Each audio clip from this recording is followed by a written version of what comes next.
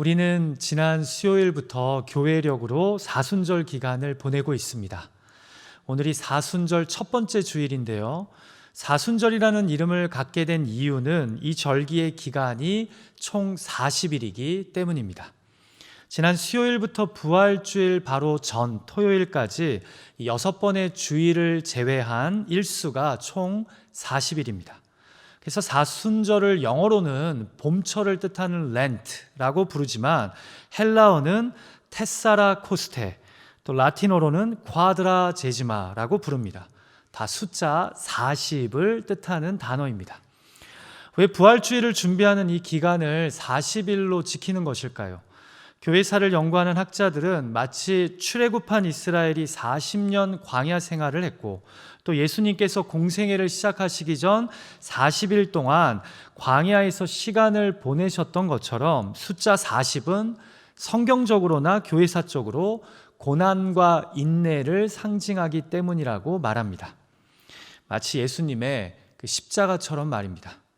그래서 우리 신앙의 선배들은 이 기간 동안 마치 광야에서 시간을 보내는 것처럼 자신의 죄와 질고를 위해 십자가 지셨던 예수님을 묵상하며 삶의 자리를 침묵과 회개 그리고 금식과 절제로 채웠습니다.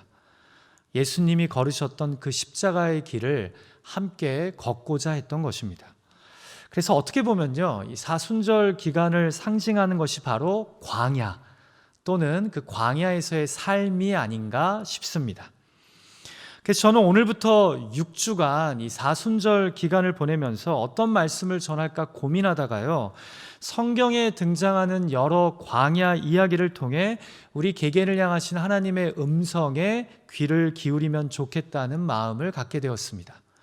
광야에서의 시간을 의미하는 40일을 보내며 성경 인물 중 광야 인생을 살았던 자들의 이야기를 통해 우리의 사순절이 참으로 온전하고 의미 있는 시간이 되기를 소망해 봅니다. 기도하기는 이 시리즈 설교를 통해 예수 그리스도의 십자가를 묵상하며 부활을 준비하는 이 기간, 광야 같은 우리 삶의 자리를 회개와 침묵, 금식과 절제로 채워갈 수 있는 저와 여러분이 되시기를 주님의 이름으로 축복합니다. 더불어 예수님이 이 십자가의 길을 묵묵히 걸어가셨듯이 우리로 우리 인생의 광야 여정을 넉넉히 감당케 하시는, 그래서 그 광야의 끝에 예수 그리스도의 부활의 능력이 함께 경험되어지는 저와 여러분이 되기를 간절히 소망합니다. 자, 우리가 사순절 설교 시리즈를 시작하면서요, 첫 번째 광야로 묵상하고자 하는 곳은 바로 브엘세바 광야입니다. 여러분, 브엘세바는 구약시대 이스라엘 영토 중에 최남단에 위치한 성읍이었습니다. 그래서 우리가 구약 성경을 읽다 보면 이스라엘 영토를 소개하면서 종종 단에서부터 브엘세바까지라는 표현이 등장하는 것을 발견하게 됩니다. 한마디로 우리나라 영토를 이야기하며 백두에서 한라까지라고 이야기하는 것과 같이 이 당시 이스라엘 사람들은 자국의 영토를 단에서부터 브엘세바까지라고 이야기했습니다. 그런데 여러분, 이 브엘세바의 남쪽부터 끝없는 광야가 시작됩니다. 한마디로 사람이 정착해서 살기 힘든 환경이 시작됩니다. 그래서 그곳에 브엘세바 광야가 있는 것입니다. 지금 보시는 사진이요, 브엘세바 근처의 광야 사진인데요, 바로 이런 광야에서 오늘 우리가 살펴볼 성경의 이야기가 일어난 것입니다. 여러분, 성경 인물 중 브엘세바 광야와 관련된 사람이 누가 있을까요? 우리가 창세기 21장을 읽다 보면 처음으로 성경에서 브엘세바 광야라는 단어가 등장합니다. 같이 본문 창세기 21장 14절 말씀을 다시 읽을까요? 시작. 아브라함이 아침에 일찍이 일어나 떡과 물 한 가죽 부대를 가져다가 하갈의 어깨에 메어주고 그 아이를 데리고 가게 하니 하갈이 나가서 브엘세바 광야에서 방황하더니. 아브라함의 첩이었던 하갈 외에 또 브엘세바 광야를 방황했던 인물이 있습니다. 열왕기상 19장에 등장하는데요, 바로 우리가 잘 아는 선지자 엘리야입니다. 같이 또 다른 본문인 열왕기상 19장 3절과 4절 말씀 읽을까요? 시작. 그가 이 형편을 보고 일어나 자기의 생명을 위해 도망하여 유다에 속한 브엘세바에 이르러 자기의 사환을 그곳에 머물게 하고 자기 자신은 광야로 들어가. 이스라엘의 최남단에 위치한 성읍에 자신의 사환을 머물게 하고 엘리야가 브엘세바 광야에 들어간 겁니다. 여러분, 도대체 하갈과 엘리야에게 이 브엘세바 광야는 어떤 광야였을까요? 제가 오늘 여러분에게 드리고 싶은 질문은 이것입니다. 사순절의 광야 시간을 보내며 우리는 브엘세바 광야 이야기를 통해 어떤 하나님을 발견하게 됩니까? 우리는 하갈과 엘리야처럼 인생의 광야에서 어떤 하나님을 만나게 됩니까? 첫 번째로 광야에서 우리는요, 신음소리에 귀를 기울이시는 하나님을 만납니다. 여러분, 왜 하갈이 브엘세바 광야에서 방황하게 된 것입니까? 배경은 이렇습니다. 하나님이 아브라함을 택해서 당신의 언약 백성으로 삼으시며 약속을 주십니다. 내가 너로 큰 민족을 이루겠다고, 너를 통해 다른 민족을 복주시겠다고 말입니다. 그런데 아브라함이 노년의 나이가 되도록 자녀를 갖지 못합니다. 그러자 아내 사라가 자신의 여종이었던 하갈과 남편 아브라함을 동침하게 함으로써 결국 이스마엘을 갖게 됩니다. 하나님의 약속을 의심하고 인내하지 못하고 인간적인 방법으로 문제를 해결하려고 한 것입니다. 자, 그런데 어떤 일이 벌어집니까? 아브라함 나이 100세에 사라가 잉태하여 아들 이삭을 낳게 됩니다. 그리고는 이삭이 젖을 떼는 날, 고대 근동지방의 문화대로 큰 잔치를 벌이던 곳에서 뜻하지 않은 사건이 일어납니다. 하갈의 아들 이스마엘이요, 자신의 아들 이삭을 놀리는 장면을 사라가 목격하게 된 것입니다. 아마도 자신도 똑같이 아브라함의 아들인데 이복 동생의 잔치를 성대하게 베푸는 것에 이스마엘이 심술이 났던 것 같습니다. 그런데 이 일은요, 아무도 예상치 못한 결과를 만들어냅니다. 사라가 남편 아브라함에게 하갈과 이스마엘을 내쫓으라고 강권한 겁니다. 자신의 방법으로 후손을 보고자 했던 꾀로 인해 결국은 가족 간에 큰 문제와 상처가 일어나게 된 것입니다. 아브라함은 두 아들의 아버지로서 근심하게 됩니다. 그러나 사라의 말대로 하라고, 내가 이스마엘을 통해서도 한 민족을 이루게 할 것이라는 하나님의 말씀을 받고 아브라함은 어쩔 수 없이 첩인 하갈과 아들 이스마엘을 떡과 물 한 가죽 부대를 주고 내보냅니다. 이게 바로 오늘 본문의 배경인 겁니다. 그런데 여러분, 광야는 척박한 땅입니다. 길을 잃고 방황하던 하갈과 이스마엘은요, 뜨거운 광야의 열기에 서서히 지쳐갑니다. 결국 물이 떨어지고 더 이상 걸을 힘조차 없어지자 브엘세바 광야에서 약 10대 중후반으로 여겨지는 이스마엘이 먼저 쓰러지고, 하갈은 쓰러진 자녀를 관목덤불 위에 조심히 놓습니다. 이렇게 광야에서 서서히 죽어가는 이스마엘을 보며 하갈은 차마 자기 아들이 죽어가는 것을 보지 못해 멀리 떨어져서 아들을 바라보며 소리내어 엉엉 웁니다. 내가 이런 처지가 된 것, 내 아들에게 아무것도 해줄 수 없는 상황을 비탄해하며 울부짖습니다. 우리 인생의 광야에서처럼 말입니다. 그런데 이때 어떤 일이 벌어집니까? 하갈의 광야에 여호와 하나님이 나타나십니다. 같이 본문 17절 말씀을 읽을까요? 시작. 하나님이 그 어린아이의 소리를 들으셨으므로 하나님의 사자가 하늘에서부터 하갈을 불러 이르시되, 하갈아, 무슨 일이냐? 두려워하지 말라. 하나님이 저기 있는 아이의 소리를 들으셨나니.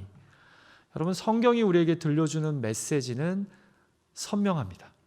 하나님이 광야에서 죽어가는 이 어린아이의 신음소리를 들으셨다는 겁니다.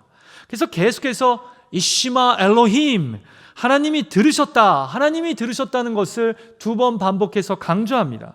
그 광야에는 인생의 위기를 맞닥뜨린 하갈과 이스마엘만 있었던 것이 아니었습니다. 우리의 신음소리에, 우리의 울부짖는 소리에 귀를 기울이시는 하나님이 계셨던 겁니다. 여러분, 흥미로운 점이요, 이스마엘의 이름 뜻이 무엇인지 아십니까? 창세기 16장에서 하나님이 지어주신 이름인데요, 바로 God hears, 하나님이 들으신다는 뜻입니다.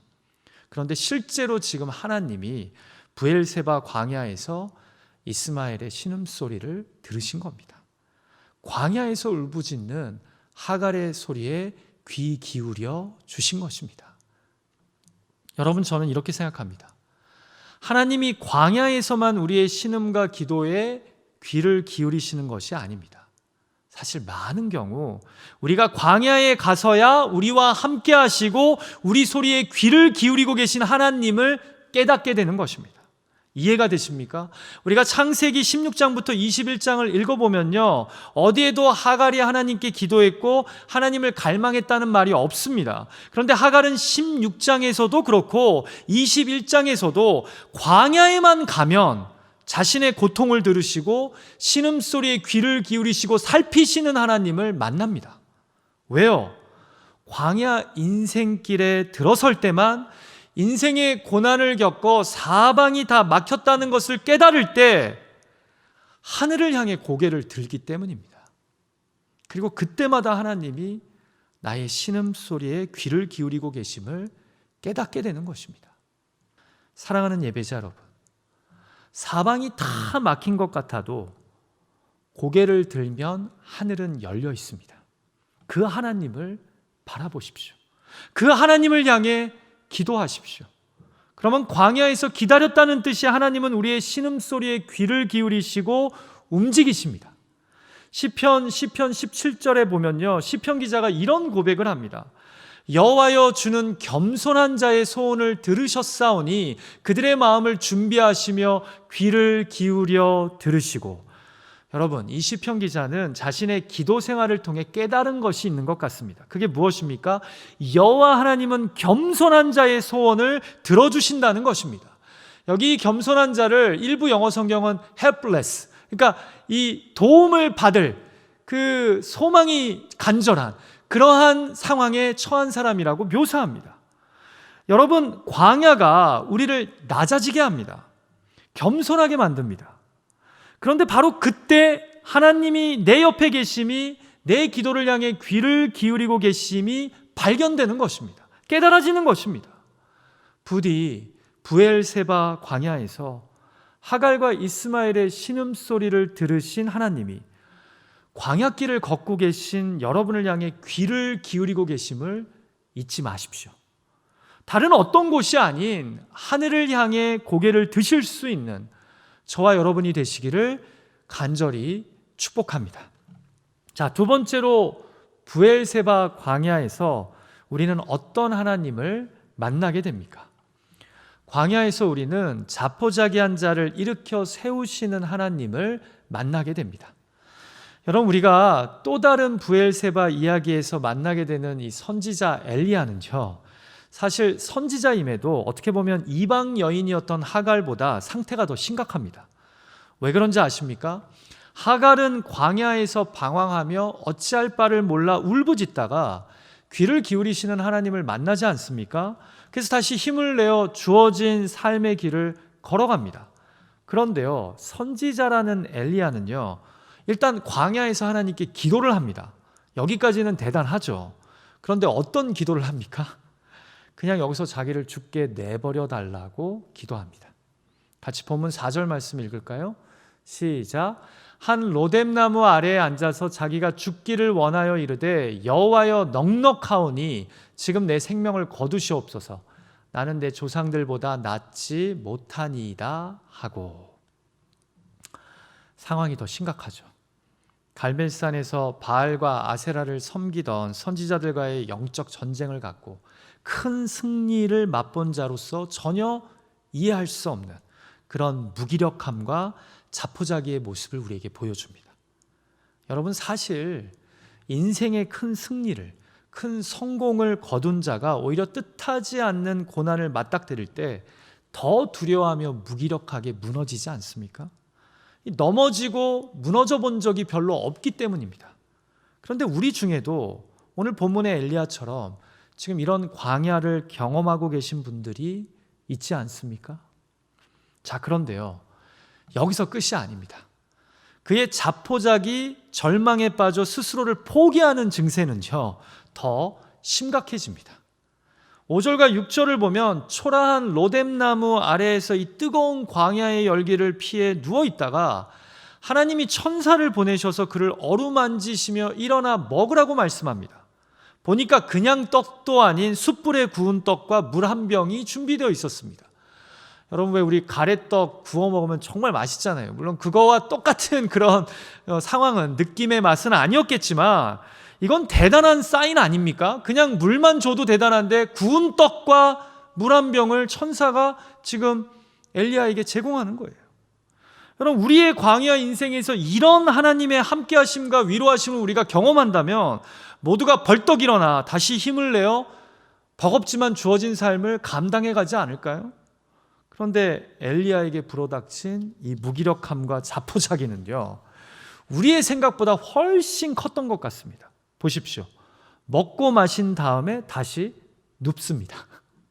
저는 이 말씀을 읽을 때마다 이 엘리야의 배짱에 고개가 좌우로 이렇게 흔들게 됩니다. 앞서 죽여달라는 기도도 충격적이지만 먹고 마신 다음에 다시 눕는 건 무슨 심보입니까?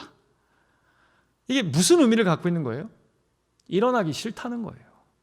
이대로 그냥 무너지게 내버려 두라는 거예요.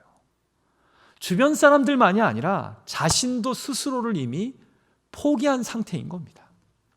자, 그런데 이 브엘세바 광야에서 하나님은 놀라운 모습을 또 엘리야에게 보여주십니다. 같이 바로 다음 절인 본문 7절 말씀 읽을까요? 시작.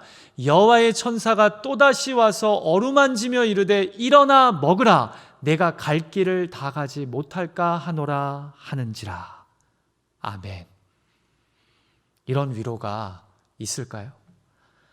이렇게 광야 인생길에서 자포자기한 인생을 끝까지 포기하지 않으시는 하나님은 도대체 어떤 하나님이실까요? 그래서 결국 하나님이 독생자 예수 그리스도를 우리의 구원과 소망으로 이 땅에 보내주신 것 아닐까요? 또다시 와서 어루만지시며 이대로 여기서 주저앉으면 안 된다고, 다시 일어나 말씀의 떡을 먹고 성령의 생수를 마셔 힘을 내라고 말씀하십니다. 사랑하는 예배자 여러분, 팬데믹의 광야를 걷고 있는 우리에게도 주님이 동일하게 말씀하시는 줄 믿습니다. 우리가 가정의 일과 일터의 문제로, 건강과 경제적인 상황으로 스스로를 포기하고 싶은 마음이 들 때 하나님은 우리의 광야길에 천사를 보내셔서 계속해서 어루만지시며 일어나라고, 내가 너와 함께하니 힘을 내라고 말씀하시는 줄 믿습니다. 여러분, 이 브엘세바 광야의 하나님은요, 앞선 하갈과 이스마엘의 광야길에서도 동일하게 말씀하시며 역사하셨습니다. 하갈에게 내가 네 아들의 신음소리를 들으셨다고 하시면서 뭐라고 말씀하십니까? 일어나 아이를 일으키라고, 내 손으로 아들을 꽉 붙잡으라고, 내가 그로 큰 민족을 이루겠다고 약속하십니다. 그러면서 이들을 위로하십니다. 사랑하는 예배자 여러분, 광야에서 우리는 평상시에는 도저히 풀기 힘든 인생의 문제에 대한 답을 얻게 될 때가 많습니다. 왜 그런지 아십니까? 방초 동산에서는 내 힘으로만 어떻게든 살려고 하고 또 그렇게 해서 제법 또 잘 살았어요. 그런데 광야에서는요, 하나님의 위로하시고 함께 해주시는 힘이 없으면 일어설 수 없어요. 그래서 그 힘만을 의지해야 일어날 수 있기 때문입니다. 그래서 광야 전에는 발견하지 못한 인생의 진리와 해답을 이 광야 인생길에서는 발견하게 됩니다. 여러분, 우리는 우리 인생의 광야에서 자신을 내려놓는 훈련, 그리고 다시 하나님으로 시작하는 훈련을 받게 됩니다. 그것이 바로 하나님을 믿는 자와 그렇지 않은 자의 차이 아닐까요? 성도는 인생의 광야를 통해 자신을 다시 내려놓고 하나님으로 다시 시작하기로 결단하는 자들인 겁니다. 여러분, 제가 오늘 설교를 준비하면서 브엘세바와 그 지형에 대해 좀 공부를 했는데요, 한 성경 관련 사이트에서 이 브엘세바의 지리적 특성을 이야기하면서 매우 흥미로운 이야기를 하더라고요. 부엘세바는 the last stop and a point of beginning 이라고 이야기하더라고요. 이게 무슨 뜻이에요? 부엘세바는 마지막 정거장이자 새로운 출발점이다. 이 설명을 들으니까요, 지금도 부엘세바는 사람이 살기 힘든 광야가 시작되는 그 마지막 도시이기 때문에 여행객이 아닌 이상 사람들이 살기 위해서 내려갈 수 있는 도시로는 마지막 도시랍니다. 그 다음이 바로 뭐가 펼쳐져요? 광야와 사막이 펼쳐지기 때문이에요. 그런데 이상하게도 성경을 보면 이 마지막 정거장이라고 할 수 있는 부엘세바에서 새롭게 인생을 시작하는 성경 인물들이 계속해서 등장한다는 겁니다. 인생의 고난을 만나서 부엘세바까지 내려가게 됐는데 그 마지막 부엘세바에서 다시 시작하는 사람들의 이야기가 계속해서 등장한다는 거예요. 자, 부엘세바에서 하갈과 이스마엘이 다시 일어나서 큰 민족을 이루게 되죠. 여기서 선지자 엘리야가 다시 힘을 내어 일어나 하나님이 주신 사명을 계속해서 감당해 나갑니다. 그리고 사실 야곱도요, 가나안을 떠나 애굽으로 가기 전에 이 부엘세바에서 하나님께 제사를 드립니다. 그리고 새롭게 출발합니다. 그리고 이스라엘은 그 흉년의 시기에 애굽 땅에서 결국 이주해서 어떻게 돼요? 커다란 민족으로 자라게 됩니다. 그렇습니다. 광야는 우리 인생의 마지막과 같은 낙심과 자포자기의 장소입니다. 그러나 그곳에서 우리가 다시 일으켜 세우시는 하나님을 만나면요, 그분의 위로하심과 함께하심을 맛보면요, 광야는 우리의 새로운 출발점이 될 수 있습니다. 이것을 하갈과 엘리야가 우리에게 보여줍니다.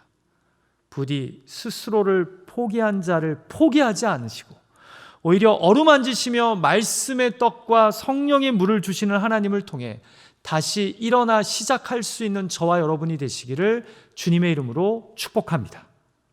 지금 광야는 내 삶의 끝자락처럼 보이지만 하나님이 일으켜 세우시면 새로운 출발이 될 수 있는 줄 믿습니다. 자, 마지막 세 번째로 우리는 부엘세바 광야의 이야기를 통해 무엇을 깨닫게 됩니까? 광야에서 우리는 다시 하나님 한 분에게만 집중하게 됩니다. 자, 여러분, 부엘세바 광야에서 나 못 살겠다고, 나 그냥 이대로 주저앉아 버리겠다는 엘리야가 하나님의 일으켜 세우심으로 다시 힘을 내어 일어난 후 어디로 갑니까? 같이 보면 8절 말씀 읽을까요? 시작. 이에 일어나 먹고 마시고 그 음식물에 힘을 의지하여 40주 40야를 가서 하나님의 산 호렙에 이르니라. 하나님의 산 호렙으로 갑니다. 여러분, 이 호렙산이요, 바로 모세가 출애굽했을 때 하나님과 이스라엘 백성이 언약을 맺었던 그 시내 산의 다른 이름입니다. 자, 그러니까 마치 출애굽한 조상들이 밟았던 길을 거꾸로 가서 40주 40야를 걸어서 어디로 간 것입니까? 우리 조상들이 처음 하나님을 만났던 곳, 그래서 언약 백성이 되기로 결단했던 그 임재의 장소로 나아간 것입니다. 여러분, 저는 이것이 너무나 중요하다고 생각합니다. 광야 인생길에서는 그냥 가까스로 힘을 내서 다시 일어나는 것이 중요한 것이 아닙니다. 이 삶을 결국 살게 만드시고 감당하게 하시는 하나님께, 그 하나님의 임재에 다시 집중해야 합니다. 그분만이 나에게 주어진 삶의 사명을 이 어렵고 힘든 녹록지 않은 상황에서도 결국 나로 하여금 이 삶을 감당하게 만드시기 때문입니다. 그래서 그는 힘을 내어 광야를 지나 하나님의 임재가 충만한 호렙산으로 나아간 것입니다. 그리고 실제로 뒤에 말씀을 보면요, 그곳에서 주님의 임재를 경험하고 다시 힘을 내어서 그는 선지자의 사명을 감당하게 됩니다. 그렇습니다. 광야는 우리로 하여금 다시 하나님께 집중하게 만듭니다. 내가 살 길은 하나님 한 분밖에 없음을 깨닫게 하기 때문입니다. 그래서 우리 인생에 광야가 찾아오면요, 영적으로 민감하고 성숙한 자는 깨달아야 합니다. 아, 내 시선을 다시 하나님에게 집중하게 하시려고 이런 광야가 찾아오는구나 하고 말입니다. 여러분, 우리는 이러한 영적 원리를요, 신명기 8장에서도 발견하게 됩니다. 모세가 이스라엘 광야 40년 길을 인도하고 드디어 요단강 동편에서 마지막으로 설교한 게 신명기 말씀 아닙니까? 이제 광야가 끝났어요.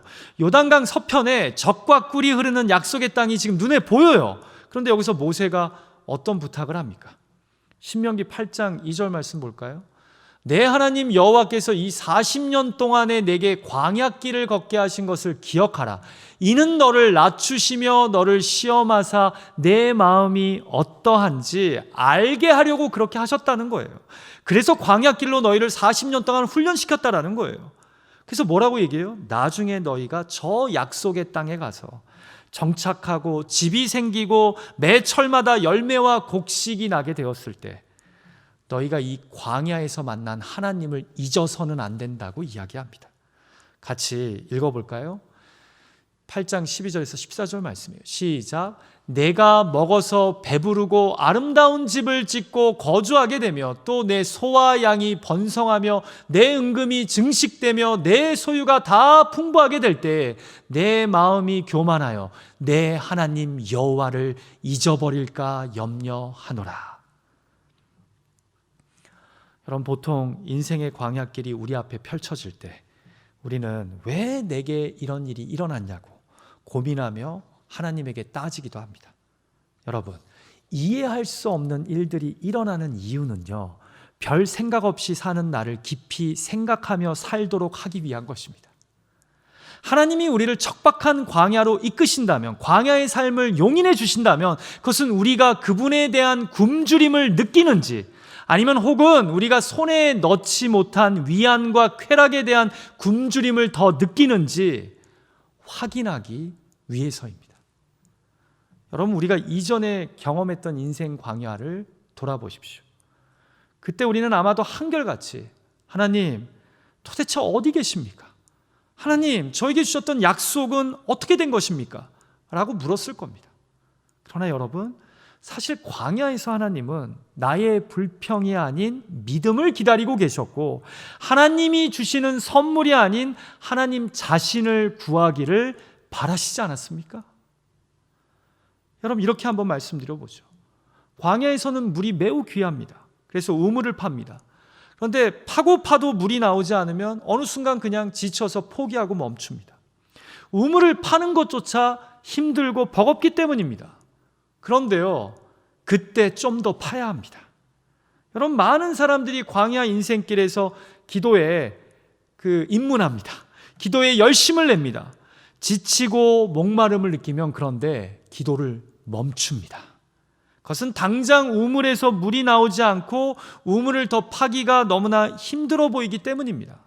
그러나 바로 이때 멈추지 말고 힘을 내어 우물을 더 파야 합니다. 무슨 말이에요? 하나님께 더 집중해야 된다는 거예요. 불평이 아니라 믿음의 우물을, 하나님이 주실 선물이 아니라 하나님 당신을 구하는 우물을 계속 파야 합니다. 말씀을 마칠까 합니다. 성경의 브엘세바 광야는 오늘 우리에게 이런 은혜와 도전을 줍니다. 광야에서 우리는 신음소리에 귀를 기울이시는 하나님을 만나야 한다고. 광야에서 우리는 자포자기한 자를 다시 일으켜 세우시는, 그래서 새롭게 시작하게 하시는 하나님을 만나야 된다고. 그렇게 광야에서 우리는 다시 하나님 한 분에게만 집중해야 될 줄 믿습니다. 그렇게 폭풍 속을 진리를 붙잡고 믿음으로 걸어가는 저와 여러분이 되시기를 주님의 이름으로 축원합니다.